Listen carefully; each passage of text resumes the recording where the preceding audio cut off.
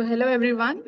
It's a great pleasure that we welcome you to the 10th research presentation series hosted by the Center of Family Business and Entrepreneurship at SPJIMR. I am Tanvi Shinde, working as a senior associate at CFBE department. SPJIMR, established in 1981 in Mumbai, is top-ranked management institute recognized as India's #1 business school by the Financial Times Global Rankings, among top 5 by Business Today, and rated as level 5 pioneering school by the Positive Impact Rating for its societal impact and sustainability achievements. The CFBE empowers leaders with skills, networks, and global perspective needed for sustainable growth while upholding the family values. As part of its commitment to advancing research, CFBE has been proudly hosting the Family Business and Entrepreneurship Research Presentation Series, fostering insightful discussions on evolving landscapes of family enterprises and entrepreneurship.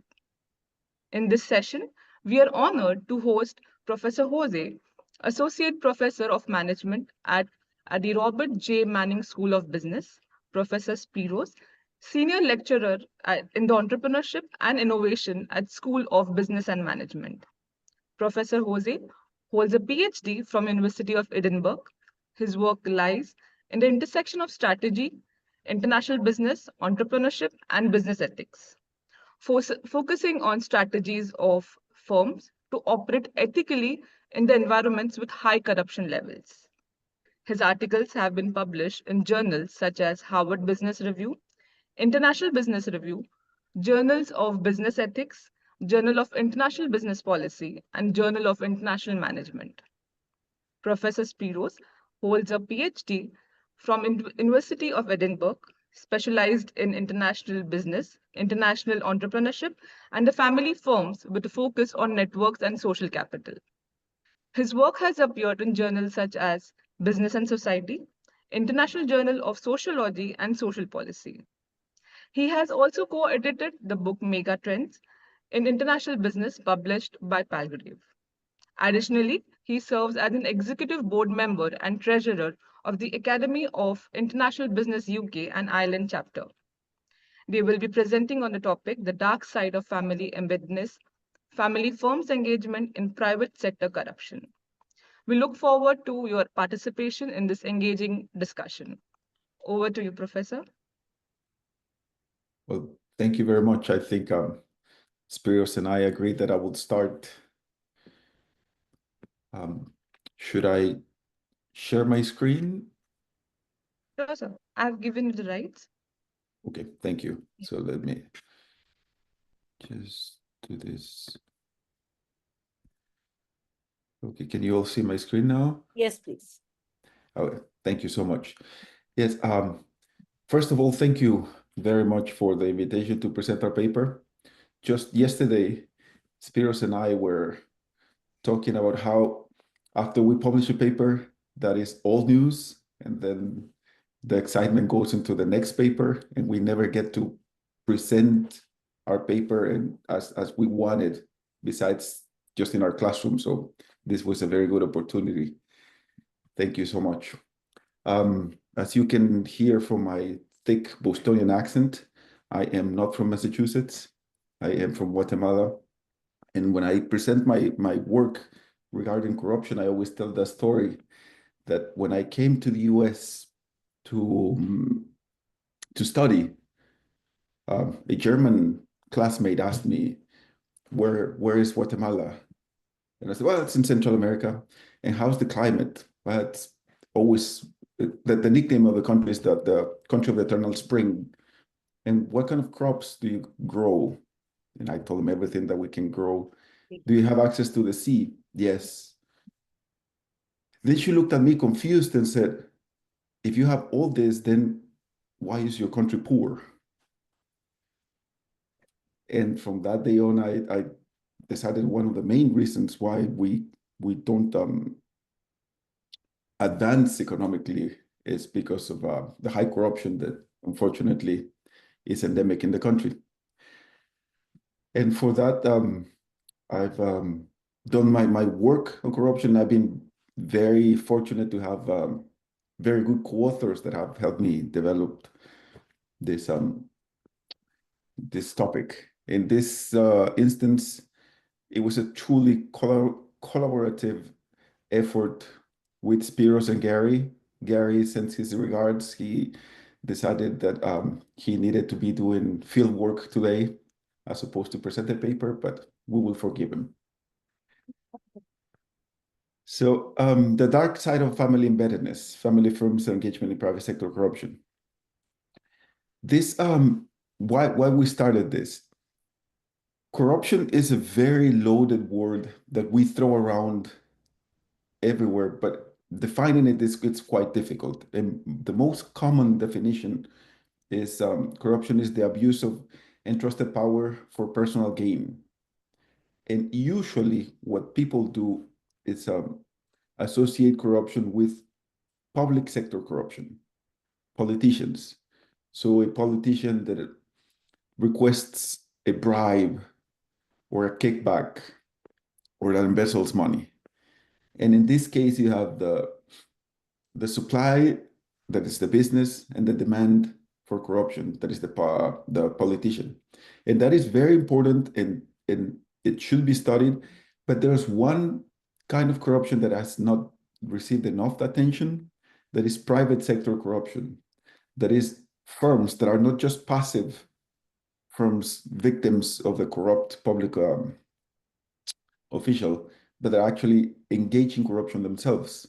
They're the active participants in corruption. So then we started looking into, can firms be corrupt without having a third party? And yes, like the definition I have here, private sector corruption is the abuse of entrusted power for personal gain in private for-profit organization.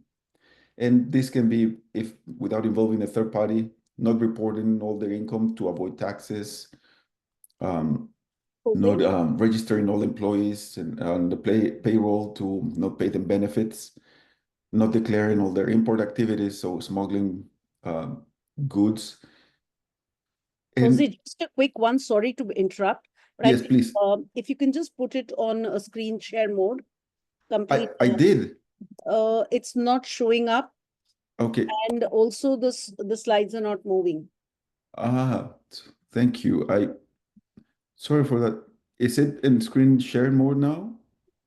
No. The screen, you have to share it so that the entire screen comes in. It's in screen share mode, but it's not slideshow mode. It's not in the Okay. slideshow mode, sorry.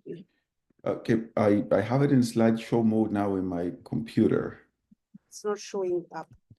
Do you have the backups? Do you want me to slides? try? Can you use Yeah. it? Do you want me to try, Jose? Yeah. To share my screen. Okay, please. Yes. You know that the beautiful thing about getting a PhD is that after you get the PhD, all your ability to use a computer is gone. So let's see, Spiros, are you sharing your Yeah, screen if now? we're lucky, let's see. Okay, let's see here. Can you see it now? Yes. Okay, perfect. Yeah. Okay, so you can see it, but I can't. Okay. Are you sharing your screen, Spiros? Yes, I am. Yes. Right. Why is it that I can't see it? Do you want to stop sharing yours? I don't know if you're sharing yours.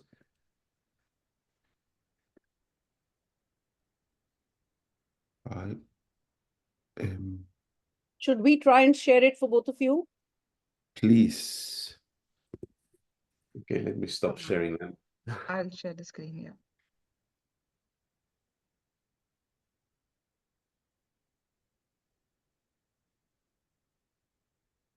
There you go. Yes. 1 sec. Still not on a slideshow mode.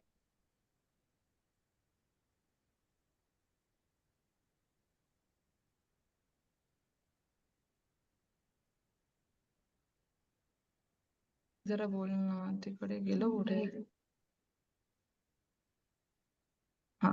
This is visible, I think.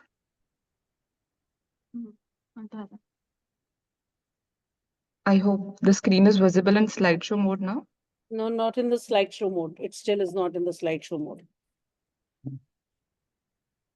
Okay, I think we should just continue.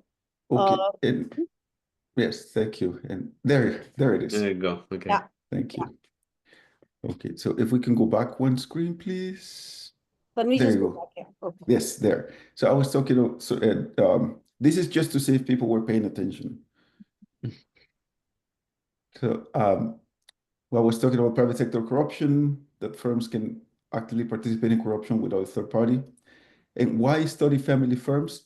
We, in the family business literature, we have a bias, and with good reason, to see family as a positive engine. Family firms are more ethical. Family firms have lasting values. Family firms are distinct because of all those good qualities. However, we were thinking that there was the possibility of looking at family firms that the influence of the family may not be positive in the company. So we started looking into corruption in Guatemala, and what we wanted to see is how the family affects the firm and the firm affects the family related to corruption, especially in a country where structures are very rigid, and economic mobility is beginning to take place, but social mobility is very difficult. So existing literature has treated people in firms engaging in corruption just for economic gain. They're simplified this complex issue. When we decided, well, there may be other motives for firms to engage in corruption, and in a place again very rigid, where social mobility is not that easy, then it was possible that family firms will engage in corruption not just to get money, that they did, but also to achieve a status within this society. Can you please move to the next slide? Tanvi, next slide, please. Thank you. So our theoretical lens, we looked family embeddedness theory. Family embeddedness theory is a theory that just says that before firms became public firms, the family was the firm and the firm was the family. And in the world, family businesses are the most common form of business there is. And so then it is not wise to separate the firm from the family, because they're intertwined. So family embeddedness is that strong ties with the family members ensure well-being of the firm, succession, performance. It impregnates the values of the founder and all those good qualities, positive qualities of family helps the business. But what we saw that there's also something called a moral familism, where strong family ties can actually families can influence the business to benefit the business in detriment to society. Of course, an extreme case of this would be like the mafia families, that people act in benefit of the family, but not benefiting society. So what we saw also is that there's no real definition of what family is in family business. In some countries, like in Scandinavian countries, family can be parents, children, and probably that's it. In developing countries such as Guatemala, families is a big construct, and some people look at we call them trusted intermediaries, like the lawyers, accountants, as part of the family, and they may have the same influence in the family business as blood relatives. Can you please move to the next Next slide. slide, please.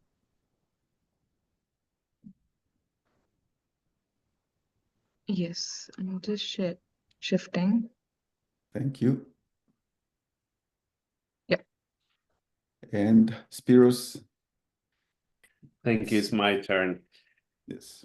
So, as you can see from here, from this slide, we had some concepts as well that we try to innovate. So first of all, what we try to do is, as Jose mentioned, when we start talking with family members and the family firms owners, we understood that there is a framework that has dual motives. First of all, we all know that businesses, they try to increase their profitability. So what we saw in this case that some of the family firms decided to engage in the private sector corruption. Why? Because they want to have some short-term economic profits, but also there was something contradictory, that at some point they cared a lot about the status of the family. So they wanted to be members of a certain social class. So why I'm saying that there is a contradiction? Because even though at some point they were trying to increase the profitability of the profits of their businesses, on the other hand, they were ready to actually sacrifice some of their profitability in order to retain their social class. The other thing is that, as Jose mentioned earlier, we also extend the family unit. Why? Because in our case, what we see in our study, that actually we have the immediate family, such as the blood relatives, mother, father, siblings, and so on, cousins, and so on. But we also see that we have some intermediaries, that they are trusted members, as they saw it, of the family, such as lawyers and accountants. So their role is quite important as well, to give a lot of advice to the family firm owners. Then the other thing that we developed in our study, it was a mechanism. So it's a mechanism where, again, the family firm owners, what they did, it was to justify why they engage in private sector corruption. So they tried in their minds to rationalize why they were taking certain decisions. And we will see later on that they said that it was necessary for them, or it was even inevitable. So they had to take those decisions for their family firms. Next slide, please.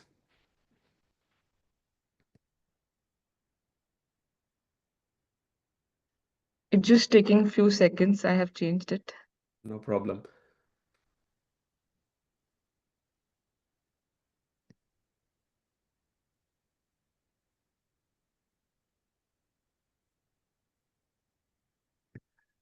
So, based on the literature and based on the existing research gaps, we develop our research questions. So, the first thing that we developed, it was how does the family embeddedness can have an influence on the corruption? So, why family firms, in other words, they decide to engage in corruption? Then it was the role of the family and the trusted intermediary. So what kind of role they play when it comes to engage in private sector corruption. And then how the owners of the family firms, they actually justify engaging in corruption. So next slide, please.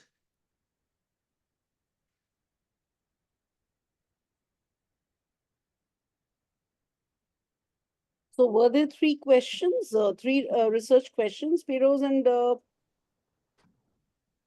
So those are, yeah, the three research questions. Yes. So when it comes to our methodology, we used qualitative methods. So what does it mean? That we conducted interviews in Guatemala. Actually, Jose conducted all the interviews. So we have 30 cases in total. There are small family firms operating in Guatemala. In total, we have 50 interviews, and we had two different phases, the first one in 2020 and the second one in 2021. In total, you can see that all the interviews They gave us very rich data. So we had almost 38 hours of interviews. When it comes to our analysis, as you can see, we had 3 rounds. The first round was online due to COVID-19, to the pandemic. Therefore, it was impossible to travel to Guatemala. So we used methods such as WhatsApp, FaceTime, and so on. Then in 2021, we had some follow-up interviews, and then we had 10 confirmatory in-person interviews. So in the first round of interviews, what we try to do is to understand why the family firms, and if actually the family firms, they were engaging in private sector corruption. Then in the second round of interviews, what we tried to do, it was to understand what is the role of the family embeddedness and how it can push the family firms to engage in private sector corruption. And in the table here, you can see that we followed the Joya methodology. So in the first column, we have the first order codes that we used. For example, some of the entrepreneurs that were avoiding to pay taxes. Some of them, they were not registering their employees. Some, they were smuggling their products, as Jose mentioned. And it's quite interesting because they were using rafts in rivers in order to transfer their products from one country to Guatemala, from neighboring countries to Guatemala. Sometimes what they were doing, as you can see, they were even using their social class. It was really important for them to retain this. Then they wanted to position themselves by saying that we are not part of the indigenous population of Guatemala. Then they wanted to be a formal business and not an informal business, because by being an informal business, then it will be easier for them to increase their profits. But because they wanted to retain their social status, they said we have to be a formal and registered business as well. Then if we go to the family unit, you can see that we included fathers, mothers, children, and siblings. The trusted intermediaries included primarily accountants and lawyers. And then the entrepreneurs, they were trying to distance themselves by fabricating some invoices, by using some discriminatory practices. For example, registering and paying for the social security only people with degrees, and indigenous people, they would not register them. Then they would find some excuses, for example, by saying this is a common practice in Guatemala, so we have to follow this as well, or it is part of the business culture in the country. Then some justification, it was again that it's the lesser of two evils, so we have to engage in private sector corruption. Or sometimes they were saying that this activity is unavoidable in Guatemala. So in the second column, you can see the second order themes. I will not go through all of them, but I told you that they were trying to distance themselves or to find excuses, the entrepreneurs. And the aggregate dimensions that we developed, it was whether or not they were participating in private sector corruption. Then what was the influence? That's why we mentioned we wanted to see what was the role of the family embeddedness. So the close family members, in addition to the trusted intermediaries.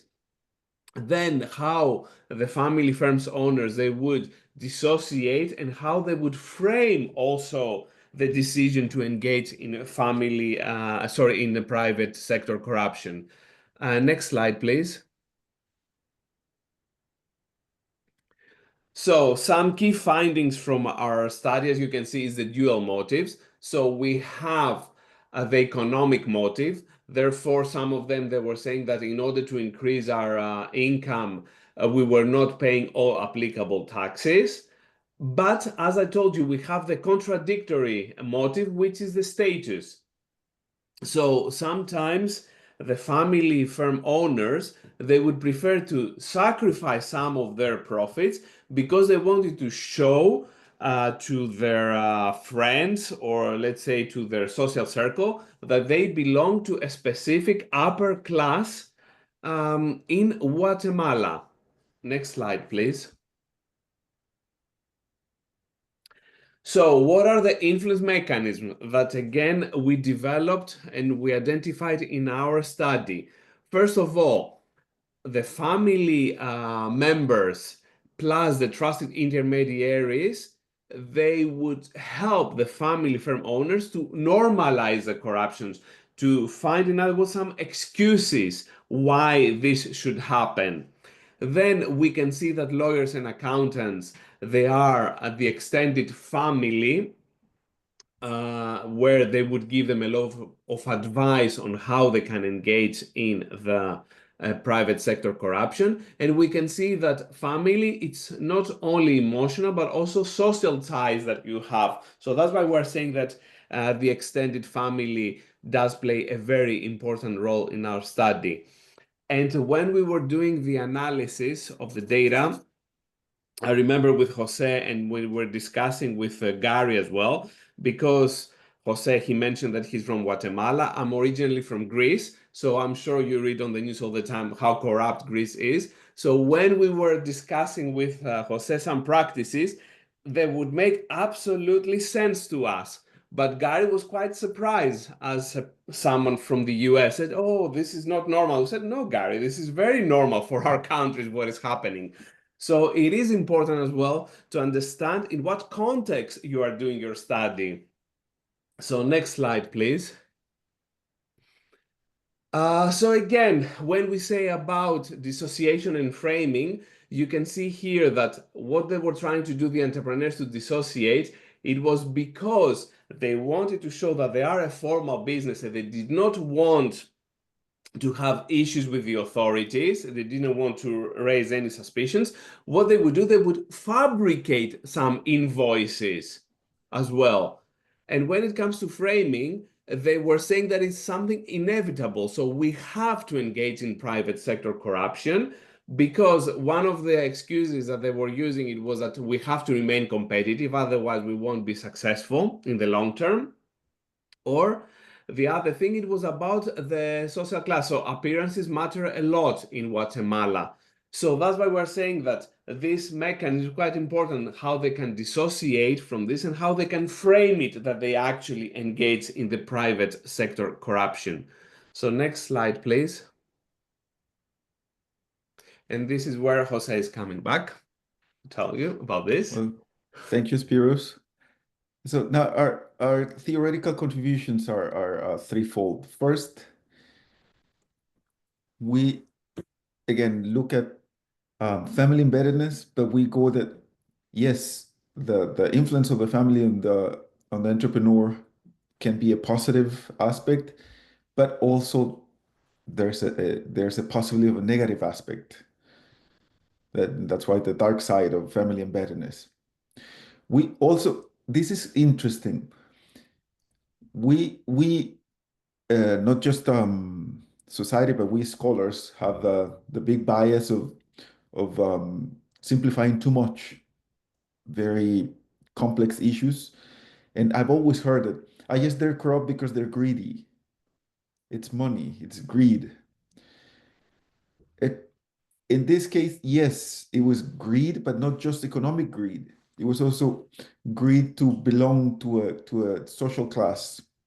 It was greed to belonging somewhere. Like Spiro said, some of these, but most of our interviewees could have made more money by just having illegal operations, but they sacrificed that extra economic gain just to be perceived as part of the upper social class.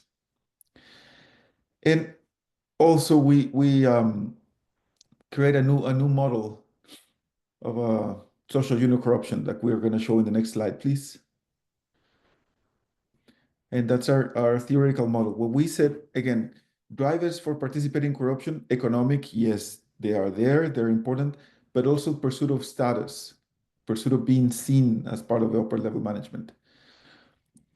one of our main contributions is the family unit. Yes, family unit, the nuclear family is still very important, but trusted intermediaries such as accountants and lawyers, as you can see, they overlap with the family unit. They have influence as if they were part of a family. Those of you from developing countries, I don't know if it's the same terminology, but we in Guatemala, godparents, we call them like aunt or uncle, and you have many aunts and uncles that are not blood related. True, true. Yes. And another thing is that we always say, yes, those who participate in corruption, they're the bad apples, they're the bad people. The bad are there and we are pure. But in all our interviews, we never heard anyone saying, yes, I'm participating in corruption because I'm evil. They always dissociate themselves. It was not my fault. I had to do this. If I don't do this, someone else will come and do it worse than me. Also framing. Look, my employees depend on me, and if I don't do this, they will lose their paycheck. And this is again looking at a more nuanced view of participating in corruption. Can I have the next slide, please?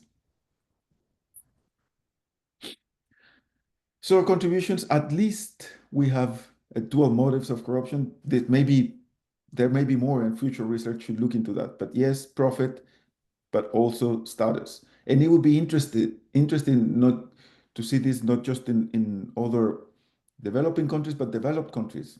In developed countries where there's more social mobility, maybe there's another motive that we don't know.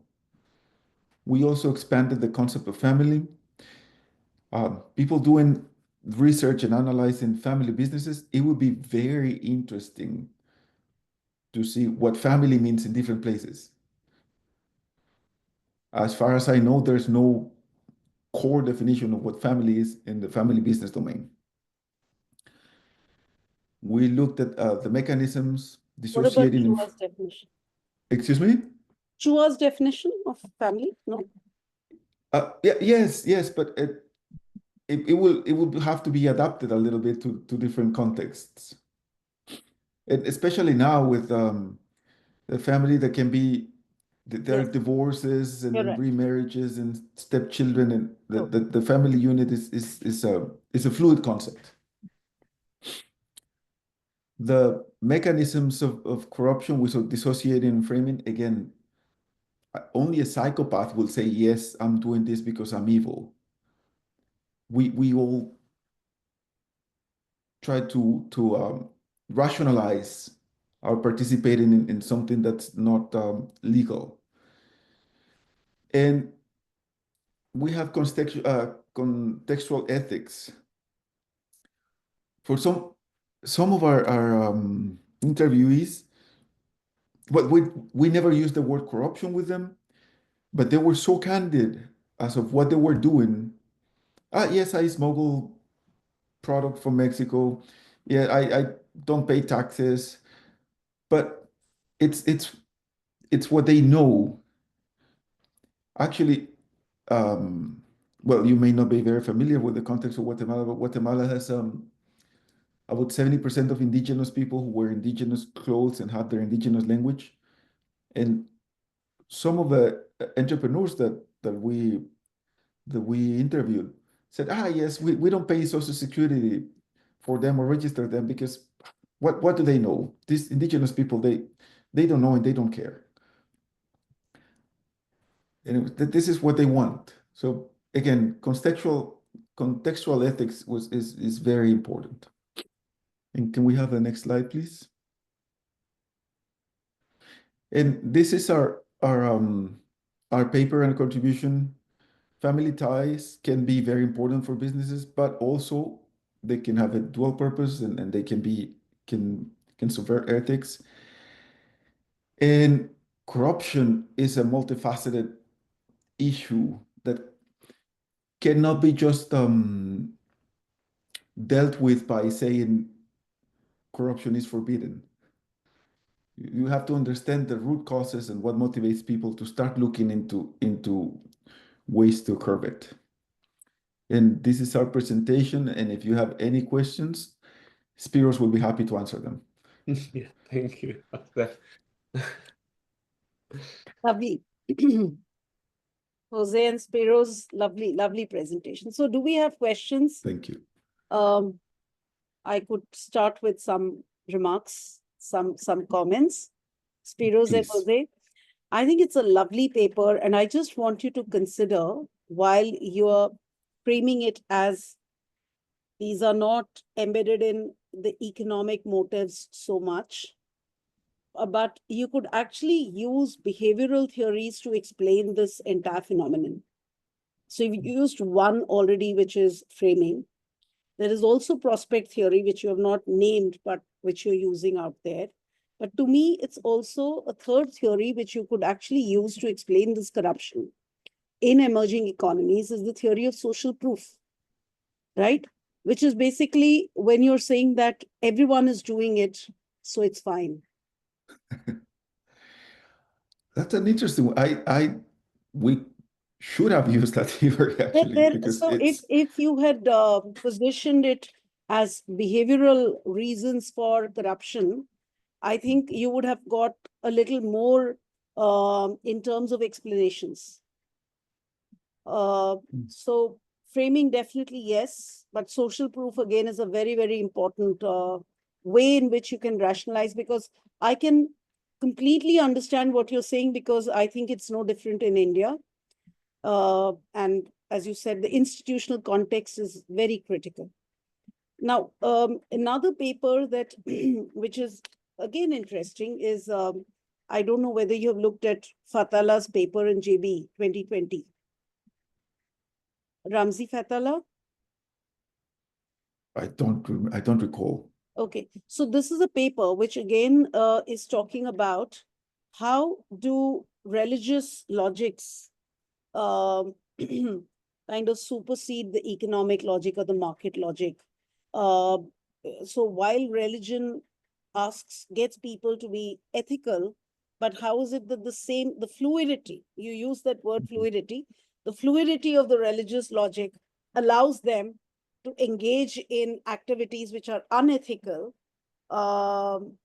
despite the fact that, they are religiously very conservative and so on. So that's a very interesting paper again, which explains unethical behavior, not specifically corruption, but through the fluidity of the religious logic and how it interacts.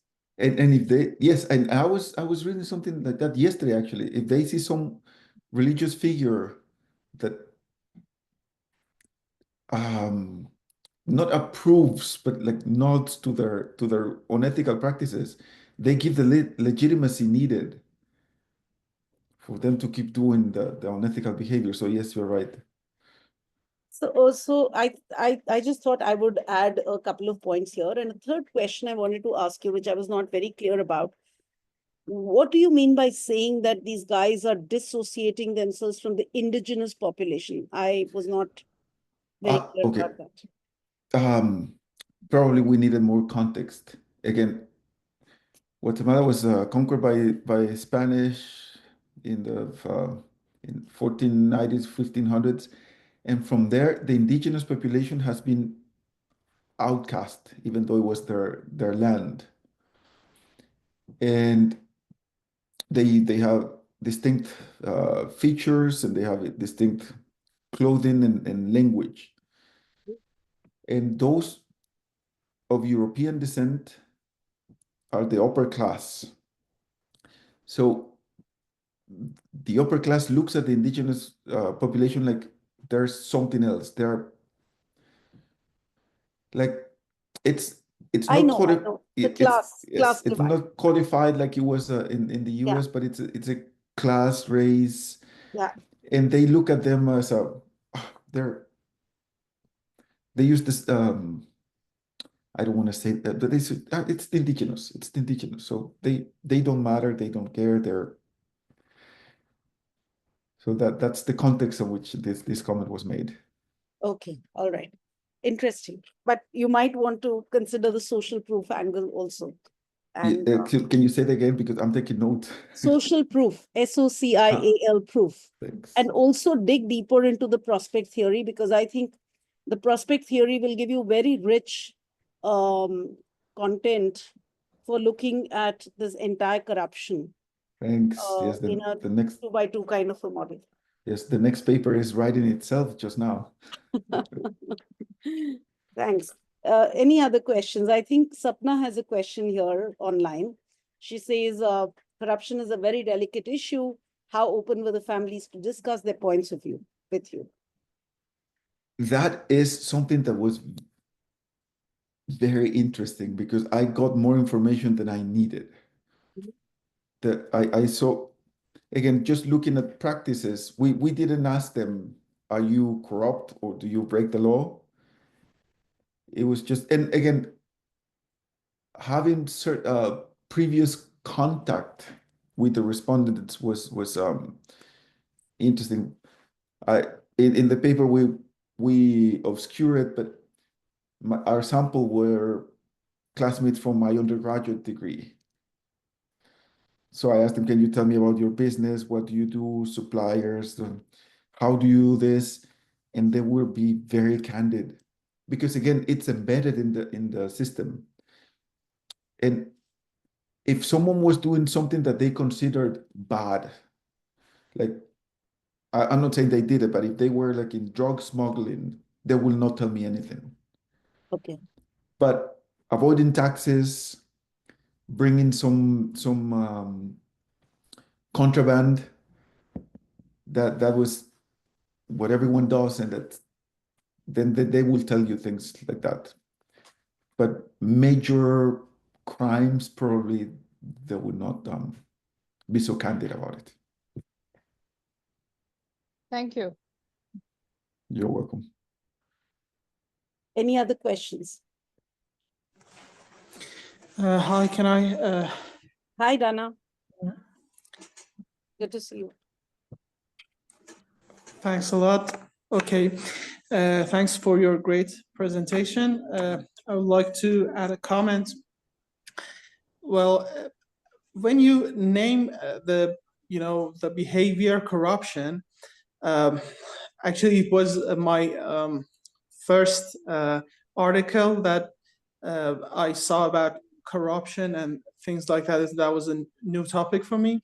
But when you talk about public companies and corruption, I get it. Maybe you don't, you don't accept the rights of the shareholders. Maybe you bribe someone or things like that. But when you come to the small business sector and you talk about corruption, I think some of the namings and labels are maybe you can think about changing them. When you talk about tax evasion, it's maybe from their point of view I'm talking. That is not corruption in their point of view. When the institutions are weak in a country and the government, for example, uses the tax money against its people or in the ways that people do not desire that. Unfortunately, in Iran, we got that too. And when people do that, when they evade paying taxes, they're not feeling like they are corrupt. When you steal from someone, that's always corruption. When you don't pay insurance for your workforce, that we got here also, that's corruption because some stakeholder is actually being damaged or things like that. But when you talk about tax evasion, sometimes it's because of the weak institutions, because the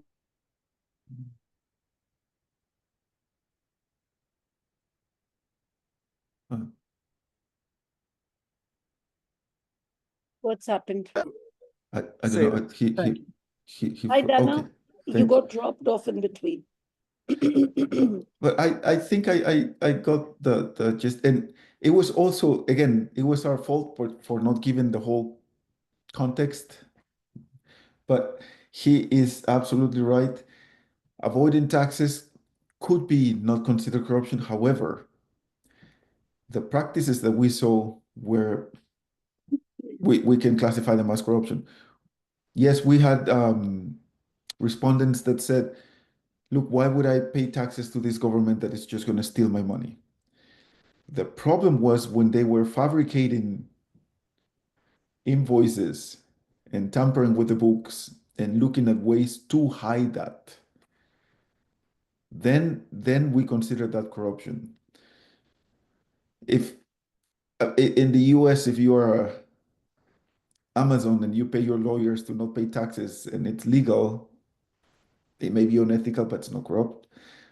But if you hide and you obscure and you tamper with your books, then that is considered corruption. Sure. Absolutely. But I think this is also an interesting point because it, again, to me, it also falls into that bucket of the other paper that I was speaking to you about. How do you justify it? And I think Yes. they've done it well by saying that they dissociate themselves and frame it differently. Yes. Any other questions?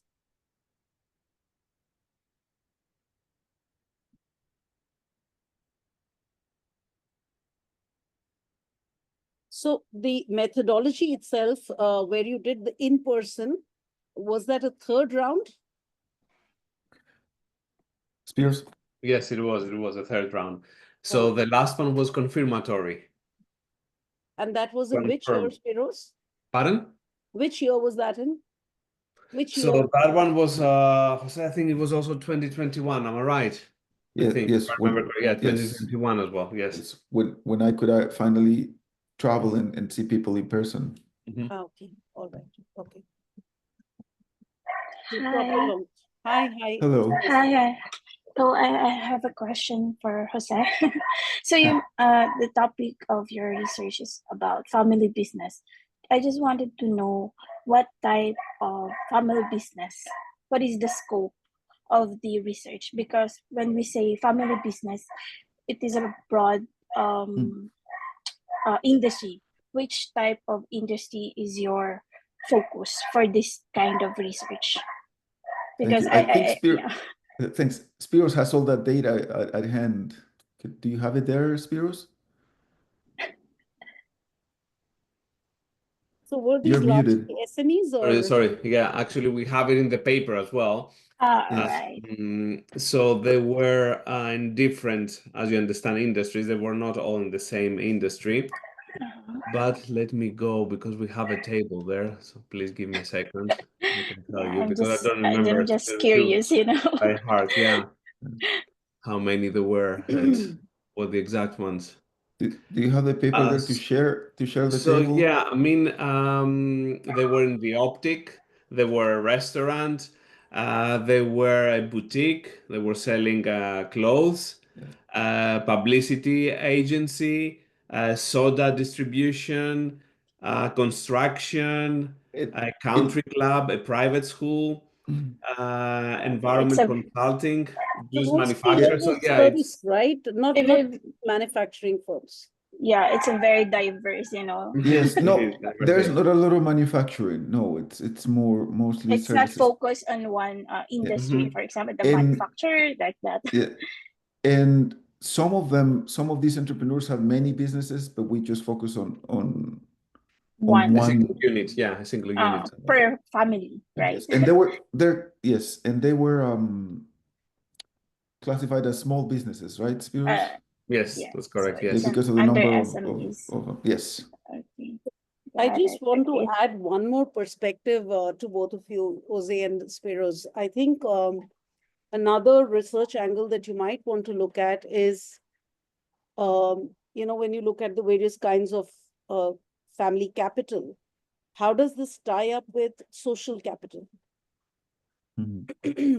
So to my mind, when you're looking at the non-economic SCW goals, the social capital is not being eroded in the process of corruption within this institutional context, as Dana was speaking about. And that could be another interesting logic. That's very good, It's but I the understand. I community mean, it logic. wasn't the focus of our paper, this. It was, you No, know, how they but engage and how they yes, use, for example, those, for us, it was important to see how those intermediary, for That was very example, interesting. That was very yeah, how interesting. they can help because they perceive it as an extended family. So Yeah. for us, it was but quite interesting to see this perspective. Spiros, but this this is is for the really next important. paper, I'm telling you. Yes, for the next paper, this is Yeah, next again writing paper. itself. We'll see for another paper at this. Great. There is a Any question other in the questions? chat, Okay. Mayuk. Mayuk, go ahead.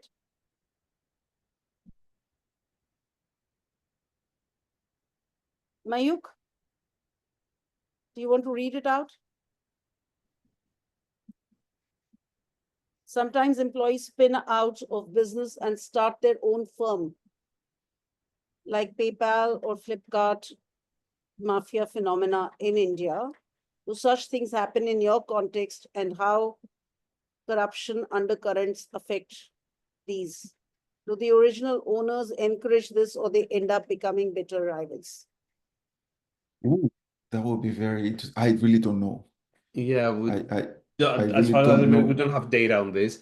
But that would be that would be interesting to see. But no, I at this point with this data set, I don't know. Yeah, Sorry to I'll disappoint. just share with you the paper. This is Fatala et al. Journal of Business Ethics 2020. Let me Thank you. just, it's how religion shapes family business ethical behaviors and institutional logics perspective. Thank you so much. I'll send it to Spiros and you, Jose. Thank you. Thank you, Tulsi. Thank you. Any other questions? Shivam has raised his hand. Yes, Shivam, go ahead, please.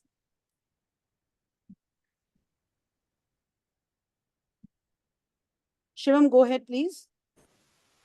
Yes. Hello, sir. Hello, ma'am. Am I audible? Yes. Yes. Sir, this was a very brilliant presentation, first of all. But I just wanted to understand when you were interviewing the respondents, did you ever come across respondents who felt uh, guilty because they were a part of it or they couldn't stand up to the corruption that they are seeing in the organization? Yes, and that was the basis for us looking at the dissociating and framing. So they said yes that when so you're smuggling goods, yes, and so the taxes are not paid. Yes, but look, it's the only way I can pay for my payroll. Yes, look, that's how things are here. I wish it would be better, but this is the way we conduct business. So they all of them said things along those lines. Sir, could there be a research wherein the buckle stops at some place? Maybe one member in the family doesn't want to be a part of it, and they want to be a whistleblower as well, but they couldn't because it's their family, or uh, they are not able to raise the question in that way. Ooh, So that would be yes. if whistleblowing could be some kind of they won't be, they're not seeking safety against talking against their family business, but they can't face the family after revealing if any corruption Hmm. is going on. And sir, I also wanted to understand if you could also point out how do you think virtuousness could be kept alive across generations in the family business? Well, the first one about the whistleblowers, I think in larger family business would be, I don't know if you could actually see it, but that's where it could happen. With our study, the entrepreneur was the owner and director, so they would benefit in their family, but the family was not involved in the business. Now, what was your second question again? How do you promote virtuousness in the family? Oh, that, if I could answer that question right now, I'll just pack my bags and go get my Nobel Peace Prize. I think the thing that the businesses should do is when they start create the rules that will govern them and the systems with the necessary controls, because once you are tempted or you're participating in corrupt deals, it would be very difficult to say no if you're in that system. So I think it has to be someone who wants to do the right thing and then create the system to have some guardrails.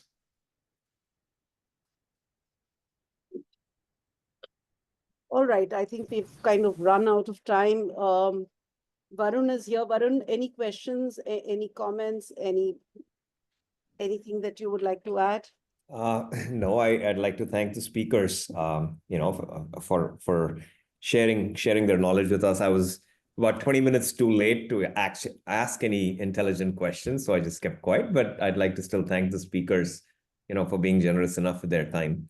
So I think this is the kind of series that hopefully gets a community of like-minded scholars, getting better and maybe papers write themselves, as Jose was saying. Out of these kinds of discussions. But thank you again to all of you for attending. Thank you. Thanks, Thank Varun. you.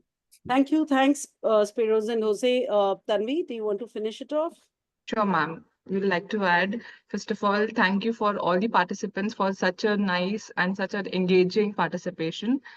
Special thanks to Professor Jose and Professor Spiros for their wonderful and insightful presentation. The discussion has surely brought a very valuable perspectives on ethics, methodology, theoretical model, and other takeaways. Like for me, it is the thing is stuck in my mind is family is equal to emotion plus social ties. So it's there in my mind. So yes, thanking once again. And to all the attendees, thank you for your active participation. But before we move towards the closure, I will request everyone to switch on the camera so we can take a quick snapshot.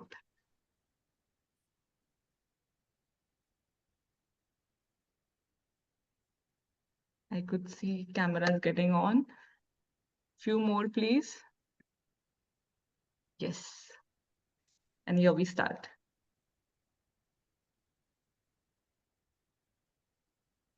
Done? We done? One sec, ma'am. Yes.